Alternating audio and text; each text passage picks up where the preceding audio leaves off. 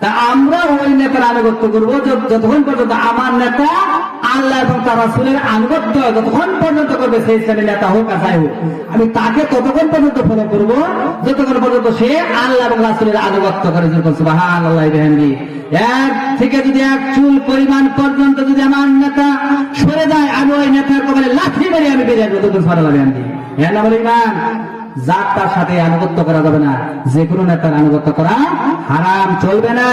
আপনাকে নিয়ে যাবো জাহান্নামে। কোরআন কারীম বলছে। এখন আসেন সেদিন মহান আল্লাহ পাক বলেন, ওই নেতারা বলবেন, ক্বালু লাউ হাদানাল্লাহু লাহাদাইনাকুম সাওয়াউন আলাইনা আজাজিনা আম সাবারনা মা লানা মিন মাহিস।